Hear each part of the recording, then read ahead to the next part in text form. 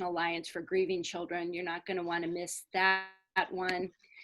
And I also wanted to make sure that you were aware of the toolkits and resources that we have on the Pediatric Palliative Care Coalition website. In particular, our Creative Expressions toolkit, our care plan book, and our Caring Conversations.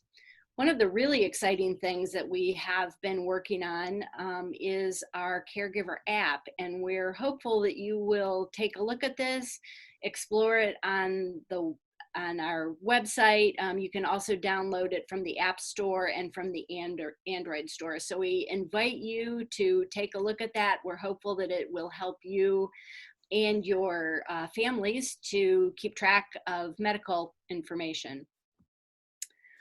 So without further ado, I wanted to jump right into our program today, A Day in the Life of a Caregiver. We weren't quite sure how many people we were going to have today, so how interactive we could be in actually talking with one another. But since we have almost 60 people registered, we're going to be confined to our chat for communication, but we hope that you're going to make lively use of that chat. We will all be checking the chat, answering questions. We hope that you will provide resources there, that you will ask questions, that you will answer questions. We want this to be really interactive today. So our caregivers who have graciously given us their time today, two Cassies, Cassie and Cassie, are going to be talking with us along with our moderator, Dana Dombrowski from Children's Hospital of Philadelphia. Whenever we're talking about caregivers, I like to just really highlight this care map that was graciously made by a mom, Kristen Lind. You can take a look at her website, but it really highlights the complexity of the life of a family with a medically complex child. I actually have this social map on my bulletin board, and I look at it every day just to remind myself of the scope of what families are dealing with every day. And as you can see, it's huge. So without further ado, I want to invite our panelists and our speakers. Dana Dombrowski is going to do an introduction for herself and for our caregiver panelists today. So Dana, I turn it over to you. Thanks, Betsy. Can everybody hear me? Betsy, can you hear me? Yep, I sure can. Great. So thank you so much for being with us this afternoon. My name is Dana. I, like Betsy said, am a social worker at CHOP. I've been here for 15 years. For 7 of those years, I've been on the palliative care team. And I'm also part of the board of the Pediatric Palliative Care Coalition. And I feel really honored to be able to be in this position to moderate this chat. We are working with 2 women, Cassie and Cassie, who are just amazing people who happen to be moms of medically complex children. So I really think that they're going to bring a lot of discussion to the table that can just help others as they are navigating either as providers or a caregiver or maybe even both. As Betsy said, I do invite you to please write things in the chat box, ask questions. We have some things prepared that we thought might be useful to lead the discussion, but if there are things that you think would be particularly helpful or things that you want to respond to, please put those in the chat box. I will be monitoring that and we'll try to feed that into the conversation. But I think we'll just get a little bit started. I'm going to read their brief bios, and then I'm going to ask each of them to share. And since we have 2 Cassies, I'm going to call them, I like to use first names because parents should also be sort of the individual, but I am going to say Jack's mom and Zeba's mom, just so everybody knows who we're talking to at each given moment. So I'm going to start with Cassie Grassmeyer. Cassie is the mom of 8-year-old Jack. At 4 months old, Jack was diagnosed with Lissencephaly Miller-Dieker syndrome. Jack has many underlying conditions. He's exceeded expectations, so each day is a gift. Cassie works at St. Francis University in the education department and as an instructor and supervisor of clinical experiences. Being a teacher of teachers, Cassie loves learning. She always says Jack is her greatest teacher. And for those of you that might not know her normal background, Cassie is actually in the hospital with Jack. So true day in the life. So Cassie, do you want to jump in? And I think you could probably talk for hours about what each day looks like, and each day can look so different, but do you want to give us a little glimpse into a day in the life?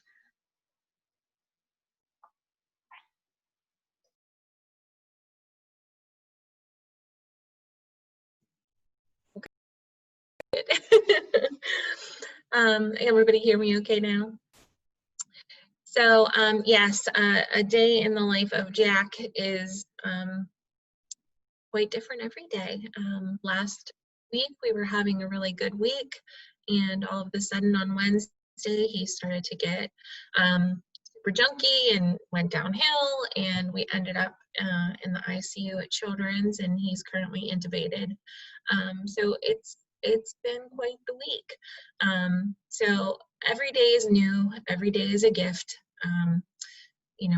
We enjoy all of those small things, and we try not to take for granted any day. So that's kind of where we're at right now. I know you want to introduce Cassie and I are also friends, so you like to call us Jack's mom and Zeba's mom, and I'm big Cassie and she's little Cassie, so everybody can have a little about that. Thank you so much, Cassie, for being here even while you're dealing with everything in the hospital. Yeah, absolutely. And we got you all on our minds. Cassie McCachran is a supervisor, lender, and notary at Somerset Trust Company in New Florence. She also resides in New Florence with her husband, Tim, their children. Zach is 15, Zoe is 13, Zane would have been 8, but passed away in 2015 from muscular dystrophy, and Zeva is 2. Zeva was born with the same disease as Zane. Zeva is trach, G-tube, and vent dependent. They love to spend time together and make the most of every day with Zeva. Cassie serves on the PPC board of directors as well. And Cassie is, as you can see, in the room with Zeva. Their nurse called out today. So again, true day in the life. We are so appreciative that you can still be with us. Would you mind sharing a day in your life? Sure. I look forward to talking with everybody and teaching you a few things. It may get a little noisy at times, caring for Zeva. Sometimes she naps during this time, so I'm hoping she falls asleep shortly. Zeva was born in 2018. After we lost Zane, we weren't sure we wanted to have any children because of all the medical issues he had, and they couldn't give us a reason that he had those issues. They said it wasn't genetic. They assured us this wouldn't happen with another child. So we went ahead and decided to have another child, and Zeva unfortunately was born with the same, I shouldn't say unfortunately, because we are super fortunate to have her, and she's taught us so much. But she was born with the same form of muscular dystrophy. The second time around, it's a little different. You're more knowledgeable. You kind of know how to do things, and you're not leaning on the doctors like telling you what's going to happen. Now it's your turn to tell the doctors what's going to happen. But Zeva's 2, she's doing really well. We did spend a day in the hospital last week because of seizures, but we think we finally got those under control. And so today we're just spending the day together. Thank you, Cassie. One of the things as a social worker, as I think about sort of how to provide ongoing counseling and support and resources, I'm always reminded as I hear these family stories that it doesn't matter how many stories I hear. Each family's experience is different and different over time, depending on what is happening in their life. And while I have an understanding of what families go through, I'm not experiencing that in the day-to-day, and that's why we thought it was so important to have families be the ones sharing this information to try to give, other families a sense of community, even though your experiences won't be exactly the same, and also give providers a sense of what's helpful and what's not helpful. And, we think a lot about the stressors that families experience, thinking about hospitalizations and nurses calling out of shift, but there's also a lot of silver linings and happiness in families' lives, and we want to try to highlight each of those. We chose to do this timing in part because of COVID and the extra isolation that it brings. I mean, thinking of this room that we're sitting in together on the computer, I see some of your faces, which I'm really appreciative of, but even this feels separated. And so we're just trying to hopefully bring all of us together to be together in this. So I'm wondering, maybe Jack's mom, Cassie G, could you share a little bit about how COVID just has affected things, and if that has made things more isolating for you as a family? Sure. I mean, that's a popular question that I get asked quite frequently. Everybody is like, oh my gosh, are you so scared because of COVID? Are you more worried about Jack? And the way I look at it as it's almost like an extra layer of protection for our family. We always try to keep Jack in a bubble and keep him safe and isolated to a point. We keep him at home for school, therapy, come to our house, all of those things, and we're very careful with him, but COVID has made us be very careful with ourselves more than we were before. But when I think about COVID, yes, it is terrifying, but at the same time, a common cold is terrifying for us. We end up in the ICU quite frequently just from just a common cold like rhinovirus. So it's been challenging on a personal level, like not being able to go to the grocery store. Because I'm worried that I'm going to bring germs home to Jack. So we had, my mother goes to the grocery store for us. She did before and she pays for it, so that's nice too. But those sorts of little things. So there's almost like an entrapment feeling, but it's also been nice to be able to do a lot of work from home. So I've appreciated that extra time with Jack. Double-edged sword. Yeah, not everything has been bad about COVID, although we all want it to go away. Right. There are some silver linings when you sit down and think about it. Cassie McCracken? I feel like we aren't doing too much different than we would during flu season. We would typically be extra careful, not go out as much. Yes, it's more isolating because the little bit that we did go out during flu season feels even more scary. But I can say that I don't know if I'm as scared of COVID as I am of her disease, because I feel like I can protect her from COVID as much as I can, but there's nothing I can do to protect her from her disease. So it's like, while I'm scared of that, there's other things that I'm more scared of. Thank you so much for sharing that. I think that's, again, a reality that you are sort of living in every day that people might not think about. So thank you. Can you each talk about, again, this probably could be a question that could go on for a long amount of time, but can you talk about sort of the multi-layered impact that having a child with medical complexity has on you as a parent and as your family? And, as a social worker, I'm sort of thinking there's physical impacts, there's emotional impacts, there's financial impacts. Can you talk a little bit about, again, there may be challenging things, there may also be things on the positive side that people don't think about. Cassie M., you want to start this one? Sure. I think the most amazing impact is the community that you build together. Whenever you end up in the hospital with a child in the NICU, you do feel extremely isolated. You know nobody, or very few people who have had children in the NICU. and you're one of those parents who didn't reach out to those people if they weren't like very close to you, just because you didn't understand it, you weren't sure how to react, you weren't sure what they needed. So when you end up in the NICU, you kind of get a reality check. But the community that comes out of it and the support that comes out of it is quite amazing. The financial impact, I could say it's there. Thankfully, we live in Pennsylvania where medical assistance pays for a majority of medical supplies and equipment that they need. I know there's other states and countries that don't get that. But the travel back and forth and the missed time from work, I do say that has had an impact. But again, the community is amazing, and there's always someone there to hold your hand, to get you what you need. Having other children was difficult because I never wanted them to feel left out or to feel like they were missing out on something.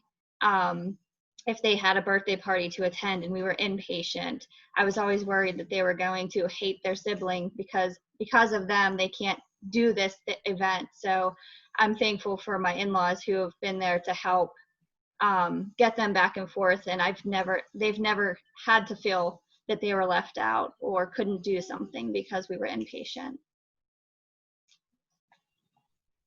Just thinking from the provider aspect, you talked about Medicaid, and it's one of the things I'm thankful being a provider in Pennsylvania that children here can qualify based on their diagnosis, and many other states don't have that. Many other states come with the financial evaluation as well, and I think it's one thing I struggle with, seeing families out of state that don't have that opportunity, because it does make things so much more challenging when you're worried about all of these bills that can come from hospitals and medical centers. And I truly wish that more states were like Pennsylvania and feel lucky, and also hold my breath every day. Like, is this program gonna last with us? Cassie Grassmeyer, do you want to share? Yeah, sure. We're so thankful for medical assistance. I mean, my husband and I joke about Jack being a multi-million-dollar baby, because he most likely is. We were inpatient for extended periods of time before he was age of 2.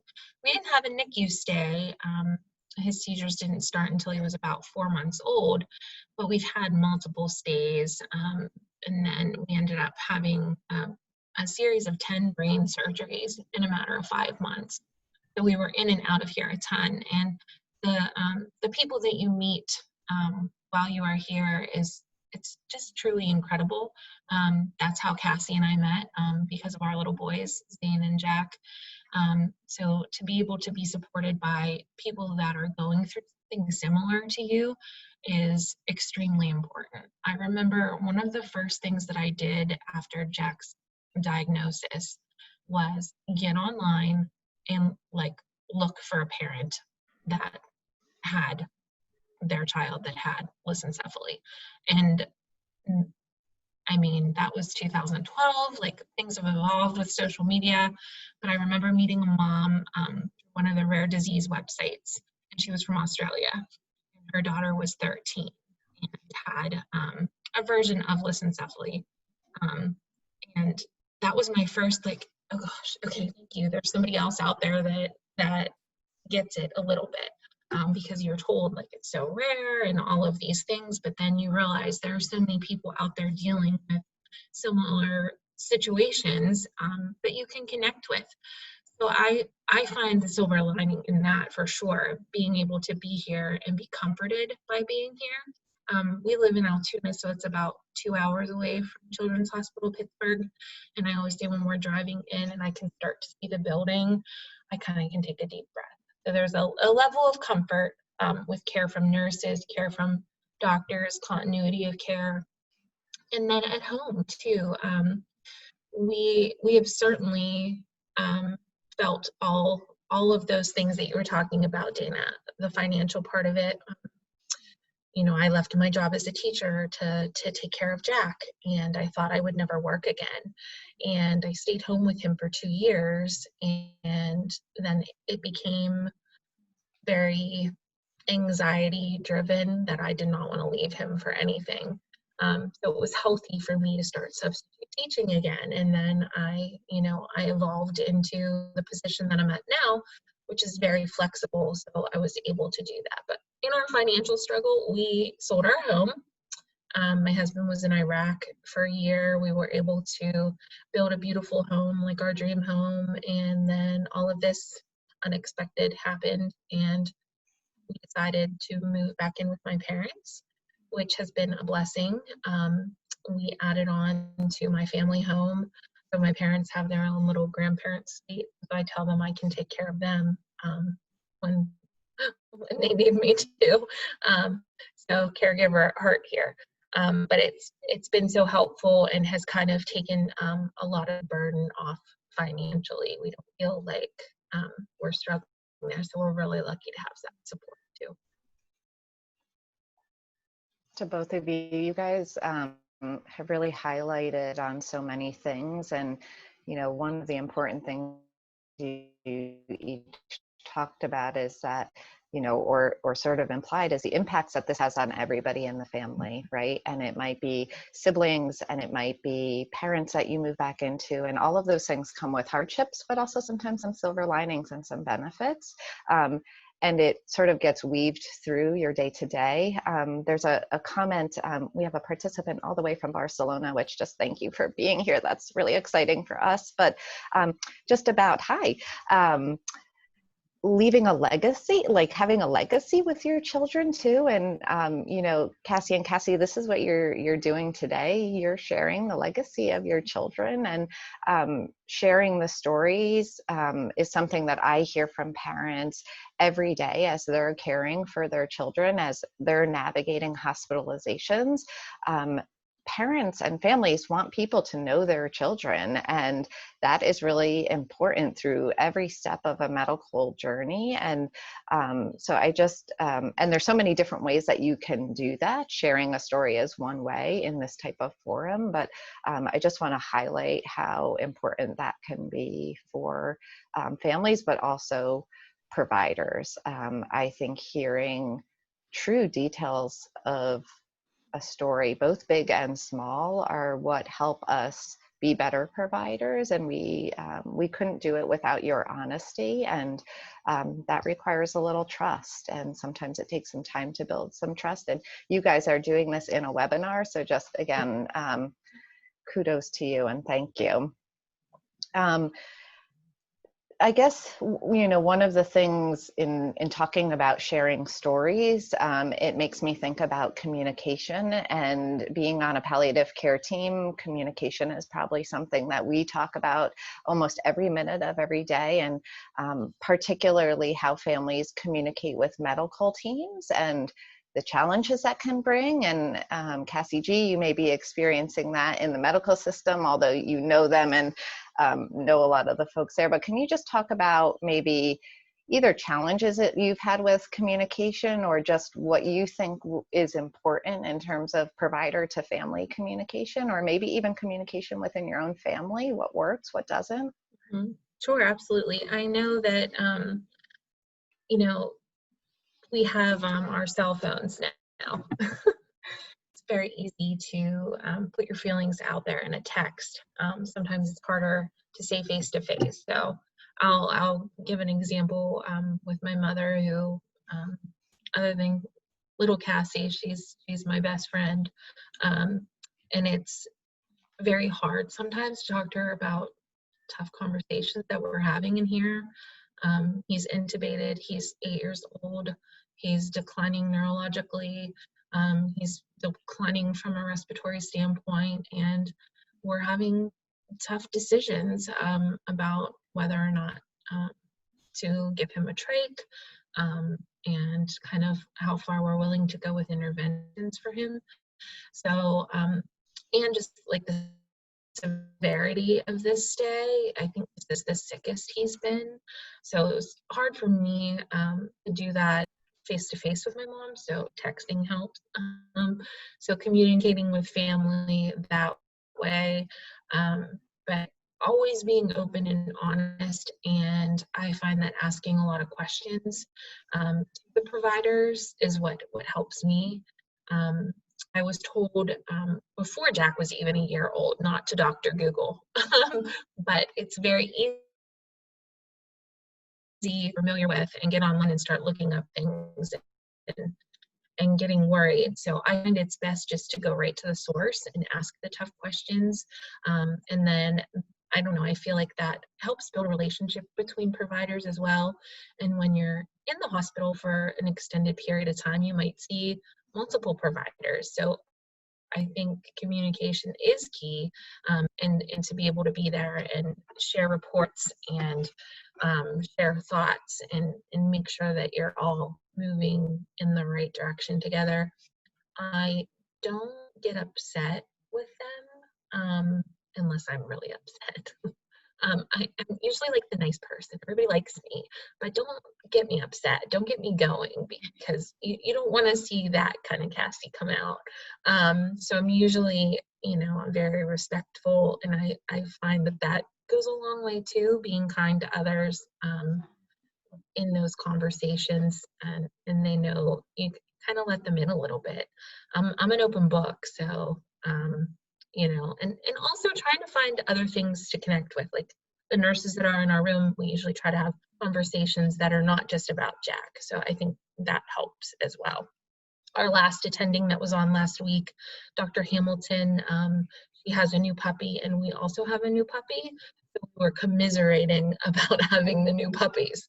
So I think, building those sorts of relationships with providers is really helped me. And also kind of like what you were talking about before, like being in the hospital is comforting, and you want your child to be known. So when you see a provider and they're like, oh yes, we've taken care of Jack before, there's some level of comfort there. So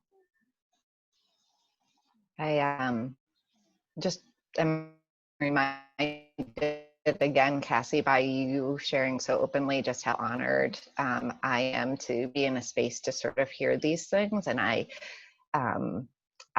can't imagine just how challenging it is to bounce back from these decisions. And now you're joining us on this webinar. You said a couple of things that, besides just sharing what you are actually facing in this moment, you shared a couple of things that just made me think. You talked about how you talk with your mom and what's hard to share and not. And we often see family members that are so bonded together and work really hard to protect each other. And figuring out how to be navigating these really hard situations and being honest with each other, but also doing that protecting can be a big task. And it is sometimes stressful for families to do that.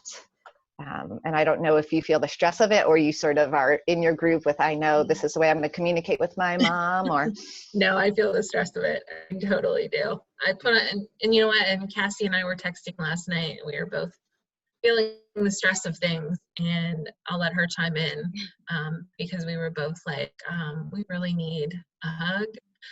We really need to be real here for a minute, and not all rainbows and unicorns as I see the unicorns above her head. We try to be really strong, and then sometimes we're just tired of putting on the front, and we just let it all out.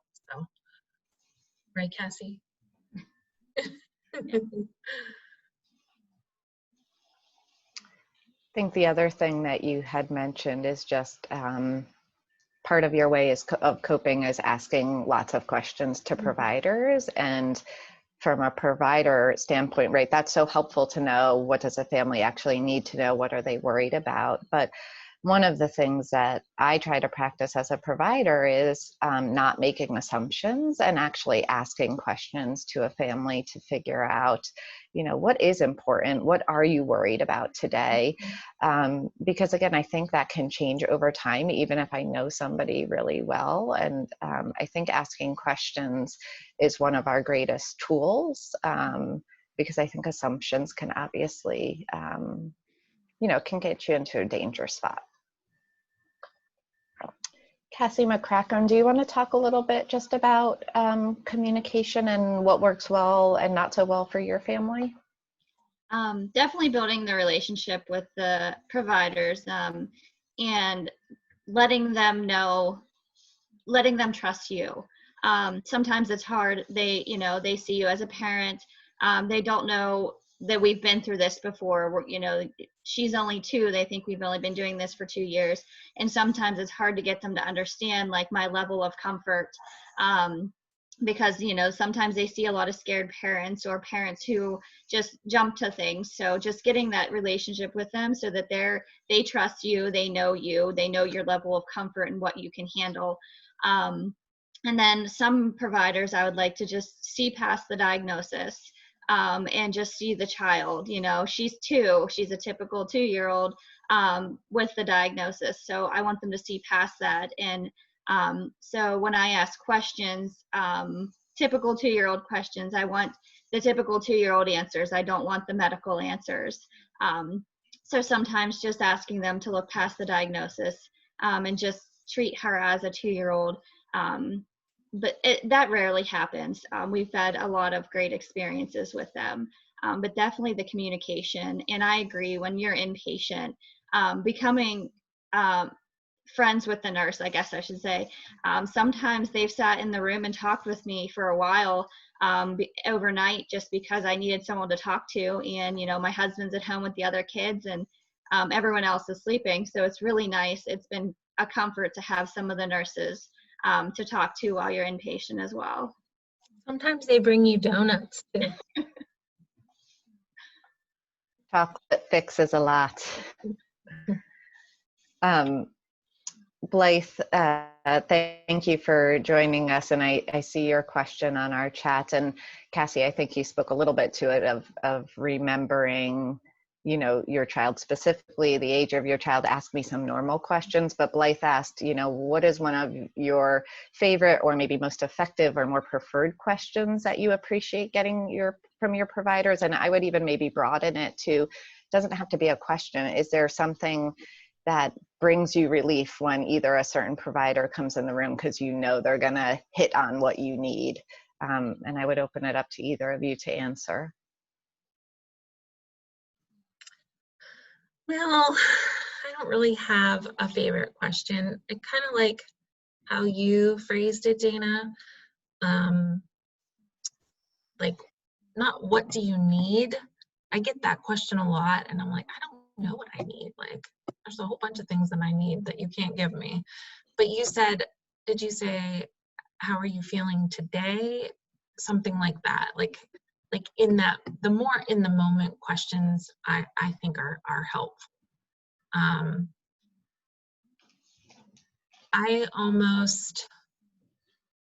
like when they look to me, like during rounds, like they'll look to me and say, what do you think, Mom?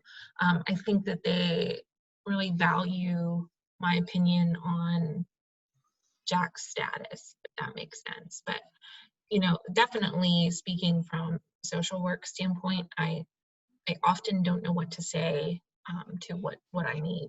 I don't know, if that makes sense. It totally makes sense. And what you need, probably we can't give you, right? If you really said what you needed out loud.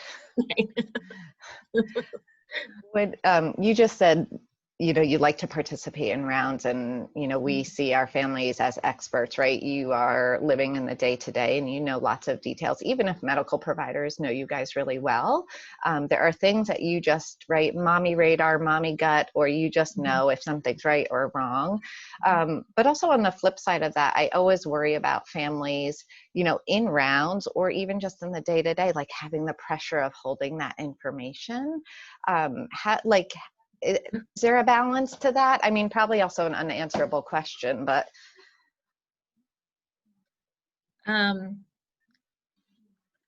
So yesterday I left the hospital, and I never leave. I went home Wednesday night late, slept in my own bed, kicking and screaming. I left. But my husband was here with Jack. So when they rounded yesterday, he had me on speakerphone, but I couldn't hear. And I had to let it go. And Jim was the keeper of information yesterday, and he did a great job doing that. So it is stressful, and there's things that you don't understand. but you learn over time.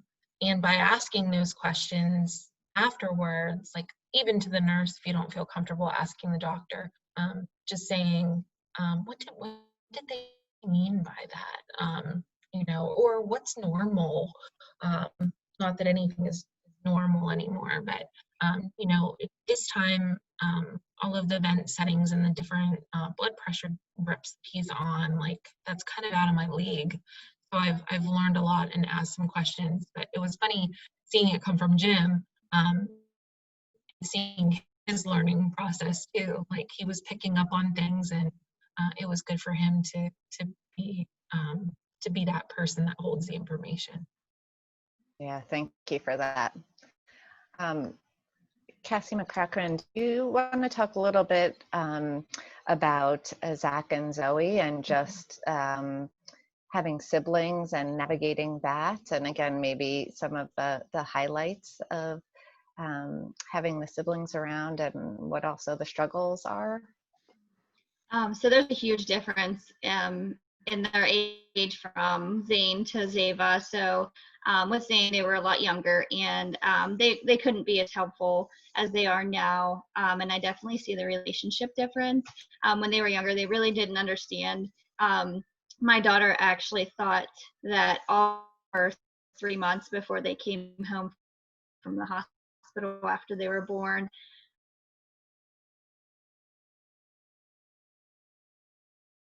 that when she was younger, about when she had a trach or how long she was in the hospital. So now they understand, you know, what's going on, and they're able to participate a lot more. And I can see their relationship with Zava is a lot different than it was with Zane. They're not afraid to like go near her, and even my mentality is different. When with Zane, like I was always afraid, like don't touch this, don't touch that, afraid they were going to hurt it, stuff. And then because at the time we didn't realize it was terminal and that, you know, he may not be around very long, we just kind of assumed we'd have him longer. So now it's kind of like just letting them do their thing and play with her as much as they want, because, you know, we don't know how long of time we have. So I want them to make those memories with her. They adore her. She adores them. She smiles so much when they're around. I love that. It sounds like it was sort of like a growth process of figuring out like what things do you worry about and what things do you sort of just let go a little bit. I feel like kids say anything to us, right? They don't really have a filter, and sometimes also kids ask their parents really hard questions. Have you had to navigate any of that? Not really. I think they're a lot like me. It's hard to ask the questions that you want to ask. You know, it's not easy to talk to somebody about the hard stuff. I think a lot of times when me and my older daughter really have good conversations is in the car when we're alone. I think that's whenever we really are able to talk about things. But I think they kind of understand. I mean, we're very open too. We let them know everything that's going on, so they're not surprised. So I think that they kind of know what's going on, and just hard to talk about, so the questions don't come out. Protecting each other, right? Does anything help with the organization of your days? Like, do you have any sort of systems within your family that sort of helps manage the day-to-day? A paper calendar. I can't go without my paper calendar. I tried to use my phone as a calendar and I can't make it work. There's too much. And I like to be able to see everything that's going on that day and not have to click on it to see it. And if I lose that calendar, I have absolutely no idea what's going on for the rest of the month. You should take a picture of it. But it changes so much. Definitely that. And then I have used the PPCC app to put all the medications in. I try to have a printed copy with me to hand to the doctors and nurses when we're inpatient. That seems to be the easiest, but you know, when it's an emergency, it's not updated. And on the phone, I could have it updated on my way to the hospital. And so I know all her meds. I pretty much know all of them off the top of my head, but I just don't want to forget one. CG, anything on your end that's different? Well, I too am a paper calendar person. It's just helpful for me to write things down. I think I process it better once I write it out too. We keep like a calendar on the fridge in our garage, and the fridge in our garage is Jack as his food, and so the nurses can kind of see, our daylight nurse, we're lucky to have consistency with our daylight and our nighttime nurses, and with him during the day, and she handles all of his therapies, so the times the therapists are coming in are on the paper calendar, and I rip it off each week. And then I guess just having the consistency with nursing helps. We're very lucky. Found 2 great nurses, and we have a 3rd nurse that picks up 2 nights a week, and those ladies would do anything for Jack and our entire family. So it becomes like a whole family unit. So you know, I have a routine, you know, as soon as I get up, I go down and I be with Jack for a little bit. Now that we have a puppy has to go out a million times. I try to do a little exercising in the morning, and then I head to work, and then I'm usually home around 4-ish, and then usually Jack's teacher comes, and then it's time for the feed, and then it's time to snuggle, and then it's time for meds, and then it's time for bed, and then we eat somewhere in between that. But we kind of have a similar day every day, time-wise, with what we try to do with Jack. So I think having that consistent routine helps. And I think it helps Jack too, especially with his school routine. He can kind of tell. We have an eye gaze device for him, and actually one of my students from St. Francis did her honors thesis on Jack eye gaze and the importance of having a schedule, and him knowing like what's coming next. So I think it's good for all of us to kind of have a paper calendar with a schedule and just try to stay organized and keep consistency out throughout the day. It helps everyone in the house also know what's going on. I like the paper calendar. I also like paper to-do lists because I feel like there is something, I don't even know what the word, but it feels so good to cross off a to-do, to manually do it. Exactly, exactly. One of the things that Zava's mom highlighted was the Caregiver app.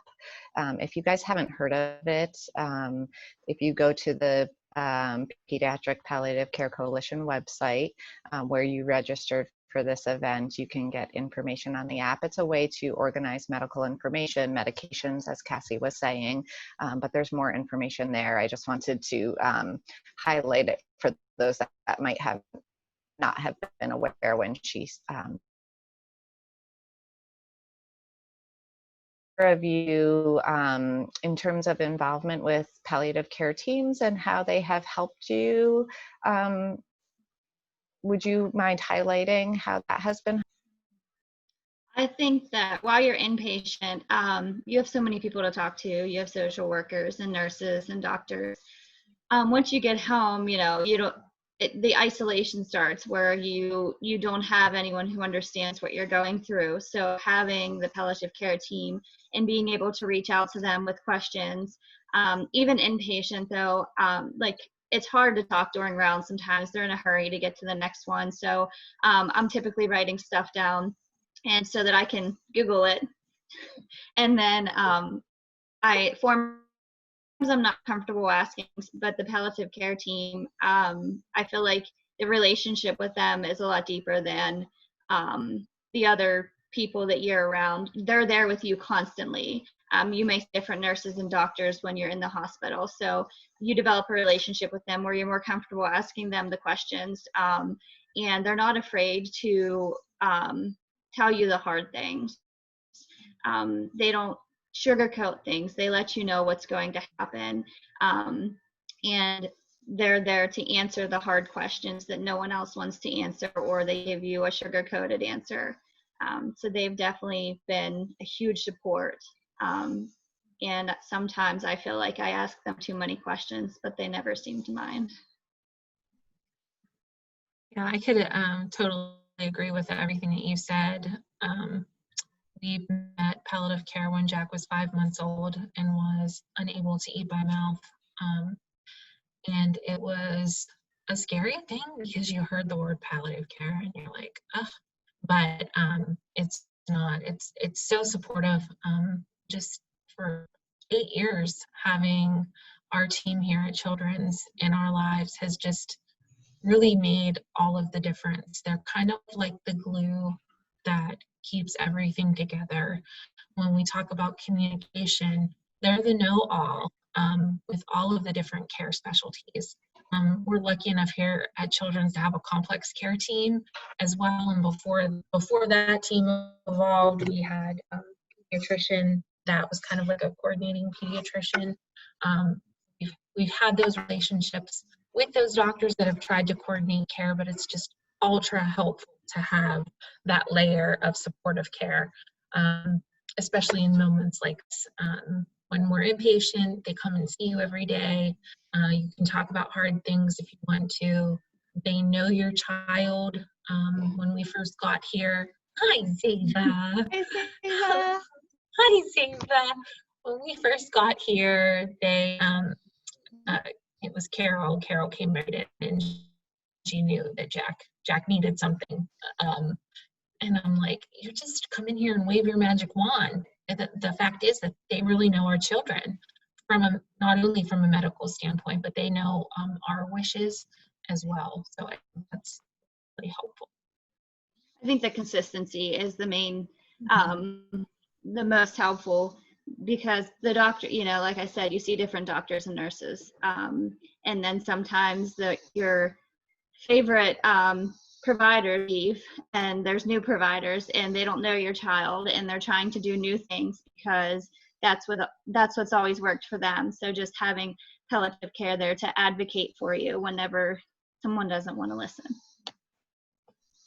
I think one of the things in being on a palliative care team is hearing that the consistency helps. I will say though, you guys give us all of the information that we need, right? We can help you because you actually give us the tools and information we need about your child to sort of help do that advocacy work. I think being at CHOP here in Philadelphia, we're a teaching hospital, and one thing families say to us all of the time, so many providers coming in and out of the door, and residents and fellows and attendings and social workers and all of these people need to be here, but it is so hard. You can't even remember names. And so to have a team that you do know all of our names, right? We're a small team compared to other teams in the hospital. That has been helpful for families, just to have like, oh, I know this person walking in my door, has been helpful for families. One of the questions from Betsy, thank you, is how do you introduce your child to a new provider? Somebody that might not know your kid. That's a hard one. Thanks, Betsy. I recently we've had some changes. Like I said, when we switched from having like a pediatrician over here, the wonderful Dr. Toy that knew Jack for 6 years, and then all of a sudden, the medical team is now just hospitalists. They won't see kids in clinic.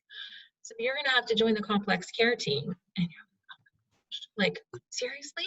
Like, this doctor knows my child so well, and now I have to try to get somebody else to know him. So when we had our first appointment with complex care, we were lucky enough to have palliative care also join that appointment. So that helped kind of bridge the gap, for lack of better terms there. And then just being open and honest, and you'll find that most will want to learn about your child, and you'll know right away if it's a good fit or not. We lost our neurosurgeon. She left and went to Austin, Texas. Luckily, we haven't needed her, but her and I are friends on Facebook. So she's like, if you need me, text me. So I'm like, you know, just being able to put your trust with something like that important as a brain surgeon, it's a little difficult. So I have a hard time with that one. But, you know, I always say, this is Jack. You know, I give the short version of, you know, he's 8 years old, extremely developmentally delayed. It's kind of like your elevator speech. You got that planned, and then you go on from there. And typically they're specializing in an area that you need help in, so then you can tell them about that particular problem. So it's different too. Like when I'm in the ICU, I just kind of let them, like today we got a new attending, so I just kind of let him sit back and take it all in, and then it'll evolve from there. So.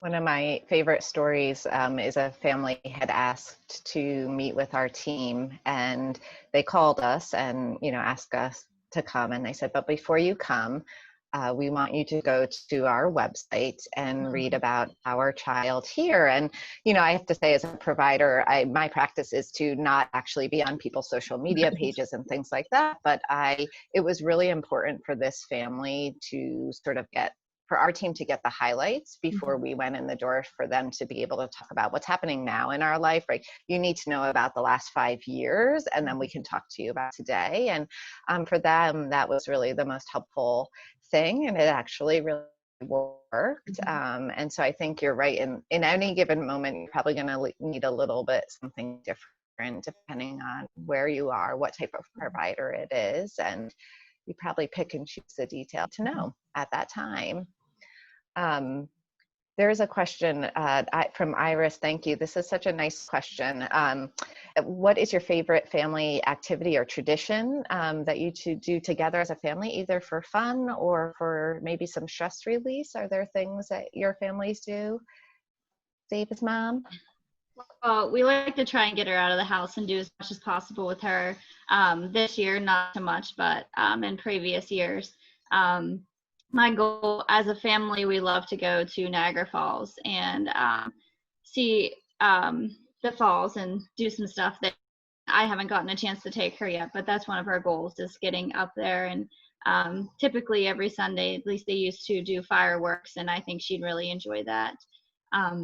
But we go to the zoo quite often in the summertime, just because she can be in her wheelchair, and we try to go when it's not as hot for her. She really enjoys looking around and being outside. Being outside is her favorite thing. So we just had a small deck put on the back with a wheelchair ramp so that we could get her outside more often. It was better this year since we couldn't go anywhere, to be able to take her outside here at home.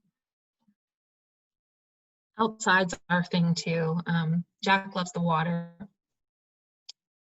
So being able to take him out, that was another reason why we moved in with my parents.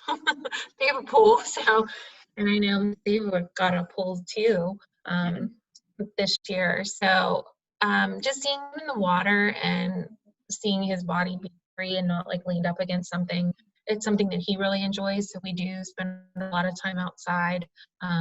We had a ramp put in to make it easier to get down to the pool. This year we purchased a pool lift to help get him in and out of the pool, manhandling him, as I call it. But you know, we're trying to be more cognizant of our bodies, and wouldn't want anything to happen. And my husband built him a bed for outside, so it's nice to be able to lay him outside and just spend time together outside. We, of course, didn't go many places before, but we do vacation. This year we obviously didn't vacation, but we love going to the Outer Banks with my family. And last year, Jim and I actually just took Jack by ourselves, and it was very different. Just the three of us, but it was awesome just to be just the three of us, and it wasn't too hot, so he really enjoyed just being near the water. So. Thank you so much. making these family moments, whether it's in your backyard or at the beach or Niagara Falls, that is so special, and can also be a lot of hard work to make those things happen. But it is clear just how much you guys love your kids, and all of your hard work on a day-to-day comes with all of that love. And I think all of us on this call today feel that. And again, I feel really honored that you guys would be willing to share your story to this group of people. I am thankful also to this group of people. It looks like we have about 30 folks on this call to just have spent this past hour with us, learning directly from families about what life can be like, and what's helpful and not helpful. And I hope that you will think about PPCC in the future and the future offerings that we have and webinars. And personally, I'm happy if anybody reaches out for either information or just wants to talk further. But I just wanted to say thank you so much for being here. And Betsy, I don't know if there are other things that you want to add, just recognizing that we're just about at 1 o'clock. I just wanted to say a very special thank you to all three of you. Echo what Dana said, and thanks to Dana for taking time out of her day as she's caring for families and her own family. And thanking all of you for being here with us. Would love to, at this very last minute, if you have any suggestions for topics for future Firefly chats. We're looking to see what would be helpful to you for these kind of informal chats. So if you can put anything at last minute here into the chat on what you might like to see in the future, or please feel free to send those to me at the PPCC website. So thank you to all of you. Enjoy this, at least here in Pittsburgh. It's a beautiful fall afternoon. I hope it's lovely where all of you are. We only have, I don't know what time of day it even is in Spain, but hoping that,